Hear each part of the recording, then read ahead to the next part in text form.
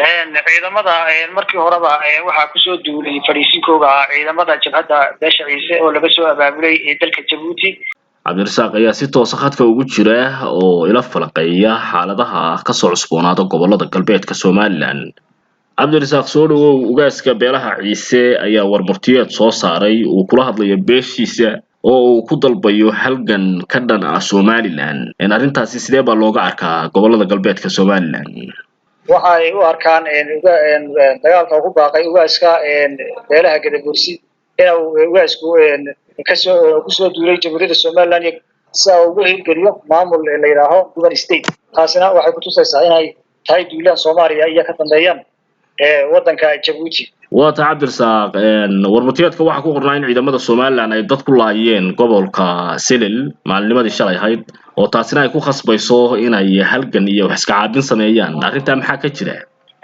ciidamada markii horeba waxaa ku soo duulay fariisinkooda ciidamada jabhadda beesha ciise oo laga soo abaabulay dalka Djibouti iyo gobolka Shabeelle ee deegaanka Soomaalida. markaa jabhadii abaabulaba ku soo duulay ciidamada Somaliland iyo shacabkii deganaa magaalada Tuqashi. kabacdi markaasay ciidamadu saldhigga markay soo galeen jabhaddu magaaladana ay saldhiggii booliska ay weerareen iyo ciidamada Somaliland ay markaa iska caabin sameeyeen oo ciidamo laga dalbay magaalada Saylac ee caasimadda gobolka Selil. sidoo kale waxaa soo baxay warar sheegaya in maamul halkaasi laga sameynayo Guban State la yiraahdo oo ay ku midaysan yihiin beelaha ciise iyo Samaroon. maamulkaasi sidee ayuu u suurtagelayaa maadaama labada beelood konton by konton loogu qaybiyay xilalka iyo maamulka maficiisa? Yusuf Osano ognahay baa bariyahan maamulkaasi uu jiray xamar iyo wax lagaga dhawaaqay iyo xagga dalka Djibouti. marka maamulkaasi uu jiraa laakiin beelaha Gadabursi way ka diideen wax ka qayb galay haba yaraatee ma jirin shirarka noocaasa. marka wuxuu u gaar yahay beesha ciise oo anagu shaqada kuma leh beelaha Gadabursi. sidaan ognahay wax nooga qayb galayna haba yaraatee beelaha Gadabursi ma jiro maadaama aan kala diray Awdal State oo iyada aan baafinay oo kala diray xilalkiina ay iska casileen Awdal State maamulkii Awdal State dooran jiray kana wax shaqo oo ay ku leeyihiin haba yaraatee beelaha Gadabursi ma jirto. laakiin ugaaska oo duulaan soo qaaday baa wata raba in laga dhexgeliyo maamul ka tirsan Soomaaliya oo Dubai State la yiraahdo Saylac iyo gobolka Selil.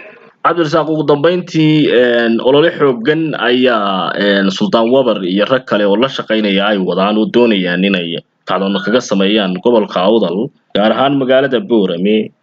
arrintaasi hadda xagay maraysaa? arrinta noocaas maamulka Awdal State lagu isku sheega kaasi uu ka hirgeli waayay gobolada galbeedka Somaliland kaasoo u eeg inuu burburo oo waliba iska casiray ninkii ahaa xogayaha guud ahaa uu iska casiray. kuwa kalena waxaan la sugaynaa weegan inay xilka iska casiraan ay ka tagaan maadaama uu fashilmay.